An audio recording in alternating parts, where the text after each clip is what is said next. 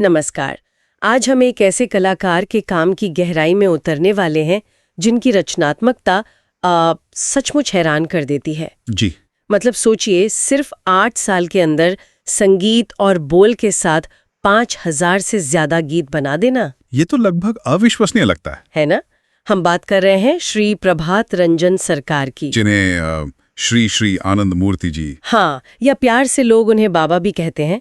वो 20वीं सदी के एक बहुत ही दूरदर्शी दार्शनिक थे जिन्होंने आनंद मार्ग, प्राउट और नव मानवतावाद जैसे कई क्रांतिकारी विचार दिए। जी बिल्कुल। और आज हम उनके 5018 गीतों के खजाने में से एक गीत, प्रभात संगीत संख्या 3274 को समझने की कोशिश करेंगे।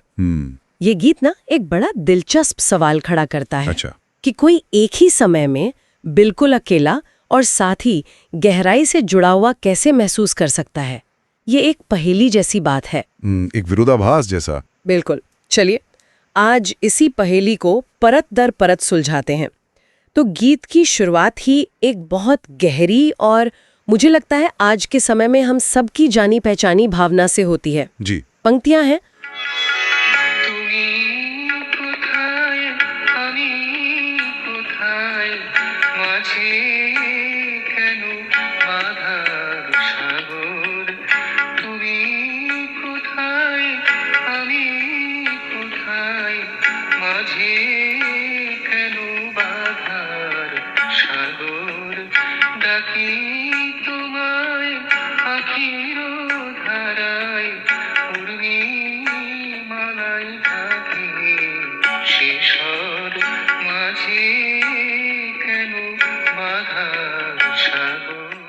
তুমি কোথায় আমি কোথায় माझे कैनो बाधार सागर। मतलब तुम कहाँ हो और मैं कहाँ, हमारे बीच ये बाधाओं का सागर क्यों है? हाँ, तो ये बाधाओं का सागर क्या है?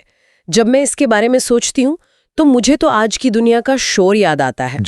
जैसे हमारे फोन पर लगातार आते नोटिफिकेशंस, सोशल मीडिया का वो न खत्म होने वाला स्क्रॉल, 24 घंटे की न्यूज साइकिल। अच्छा। ये सब मिलकर एक ऐसा शोर पैदा करते हैं जिसमें हम खुद को खोया हुआ महसूस करते हैं। क्या मैं सही दिशा में सोच रही हूँ या इसका कोई और गहरा पहलू भी है? नहीं, आप बिल्कुल सही रास्ते पर हैं। ये जो मानसिक शोर या मेंटल स्टैटिक है, ये इसका एक बहुत बड़ा हिस्सा है। लेकिन श्री सरकार ने सागर को सिर्फ बाहरी शोर तक ही सीमित नहीं रखा। ये सागर हमारे अंदर भी है कि एक दूसरे से ही दूर कर देती है। ये तो बड़ी अजीब बात है ना? हम इतिहास में सबसे ज्यादा कनेक्टेड पीढ़ी हैं और फिर भी अकेलापन एक महामारी की तरफ फैल रहा है।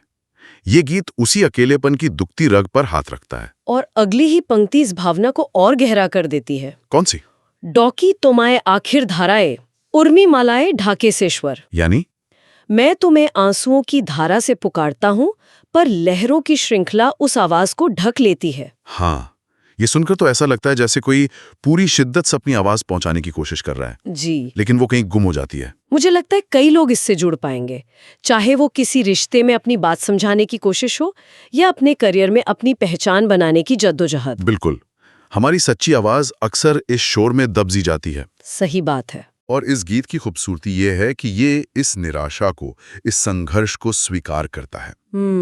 ये नहीं कहता कि आपको ऐसा महसूस नहीं करना चाहिए। ये कहता है हाँ, ये सागर है, ये लहरें असली हैं, आपका दर्द वास्तविक है। अच्छा।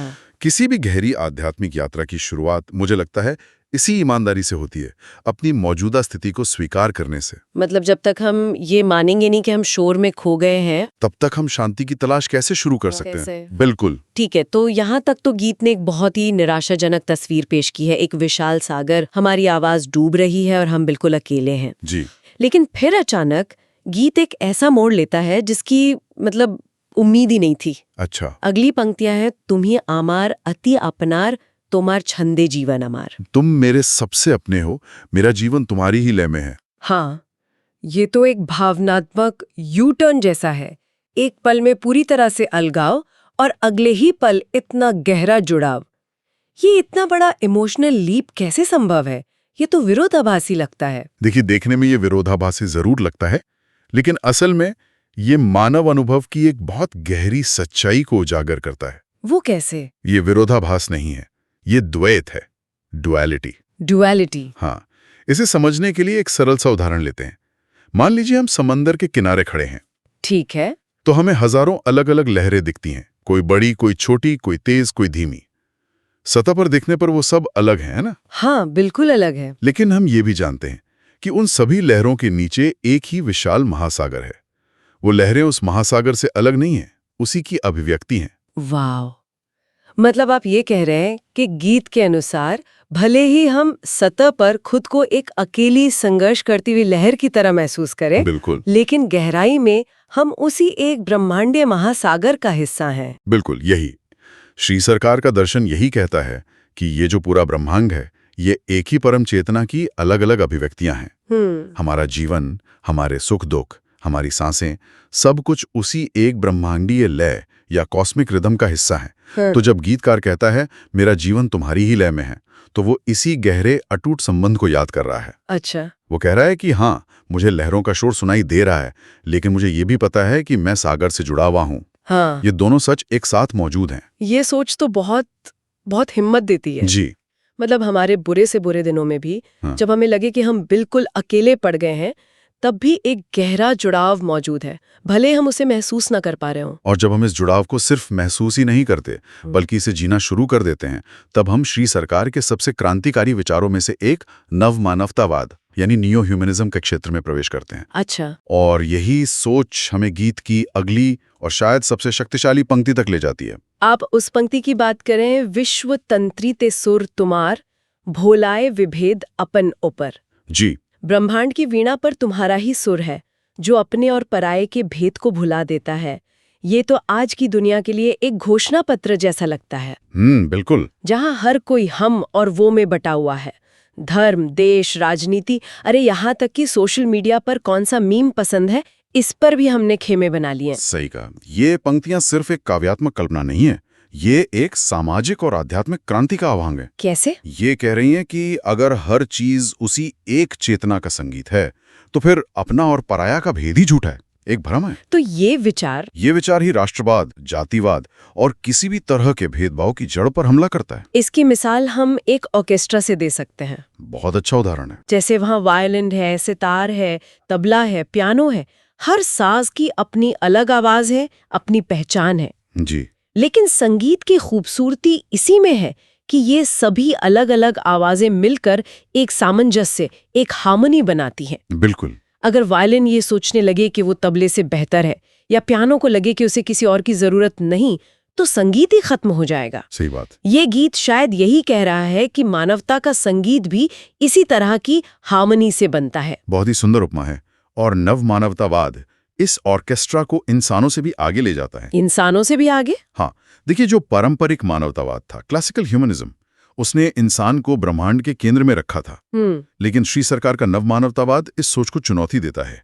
वो कहता है कि इंसान इस ब्रह्मांडीय संगीत का अकेला गायक नहीं है। तो फिर और कौन है? इस ऑर्केस्ट्रा में जानवर भी हैं, पेड़ पौधे भी हैं, नदियां और पहाड़ भी हैं। हर कण में वही चेतना स्पंदित हो रही है। वाह!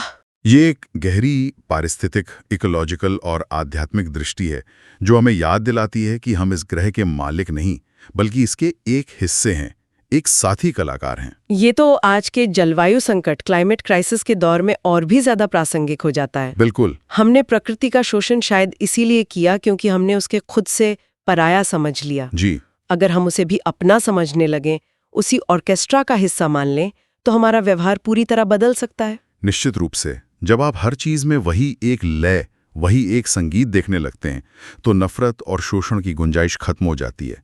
तब सिर्फ प्रेम और सम्मान बचता है।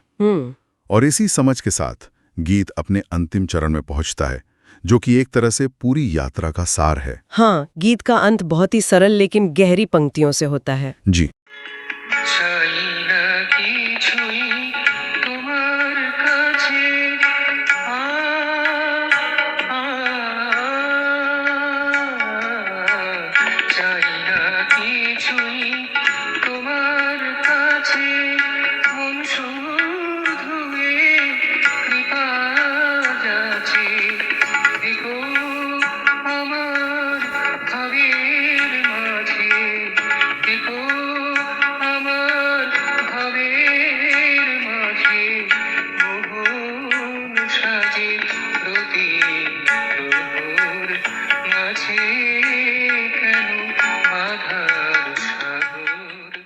चाइना किछुई तुमार काछे, मन शुधु एक कृपा जाचे। थिको आमार भावेर माझे, मोहन साजे प्रति प्रहर। इसका मतलब है मुझे तुमसे कुछ नहीं चाहिए, मेरा मन तो बस इतनी कृपा चाहता है कि तुम हर पल मनमोहक रूप में मेरी भावनाओं में, मेरे अस्तित्व में बने रहो।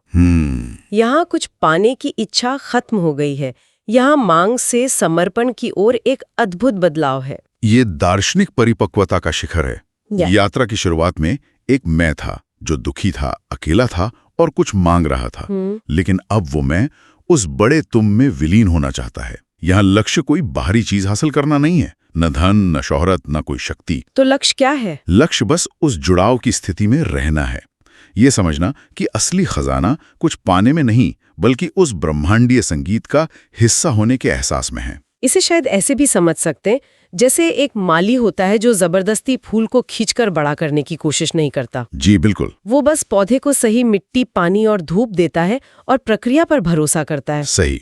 तो ये पंक्तियां भी यही कह रही हैं कि हमें उस जुड़ाव को हासिल नहीं करना है, बस अपने अंदर वो माहौल बनाना है जहां हम उसे महसूस कर सके। बिल्कुल। ये जीवन के प्रति एक अविश्वसनीय रूप से सकारात्मक और समृद्ध दृष्टिकोण है। ये कहता है कि आपको खुश रहने के लिए किसी चीज का इंतजार करने की जरूरत नहीं है। वो संगीत, वो लय, वो जुड़ाव यहीं और अभी मौजूद है। हमें बस अपनी लहरों को थोड़ा शांत करना है ताकि हम उसे सुन सकें। तो इस एक गीत ने हमें एक पूरी यात्रा करा दी। जी। गहरे अलगाव के सागर से शुरू होकर एक अटूट लयबद्ध जुड़ाव को पहचानने तक, फिर अपने और पराये के भेद से परे सार्वभौमिक एकता की दृष्टि तक, और अंत में सिर्फ उस दिव्य उपस्थिति में बने रहने की एक सरल और गहरी इच्छा तक। इसका जो मुख्य सार है वो यही है कि हमारी बाधाएं और संघर्ष वास्तविक हैं, लेकिन हमारी अंतर्निहित सच्चाई जुड़ाव की है, अलगाव की नहीं।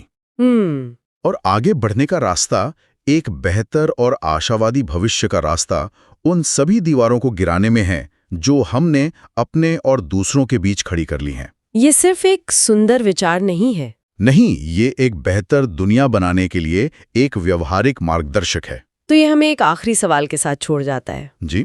गीत की शुरुआत इस सवाल से हुई थी कि बाधाओं का सागर क्यों है। इस पूरी चर्चा के बाद हम शायद इस सवाल को पलट सकते हैं। अच्छा, कैसे? अगर ये ब्रह्मांड का संगीत हमेशा हर पल बज रहा है और हमारा जीवन उसी की लय का हिस्सा है, तो हमारी अपनी जिंदगी में वो कौन सी लहरें हैं, हमारी कौन सी आदतें, कौन सी सोच, कौन से डर जो इस संगीत को हम तक पहुंचने से रोक रहे हैं? एक बहुत गहरा सवाल है। और हम उस शोर को थोड़ा शांत करना कैसे शुरू कर सकते हैं?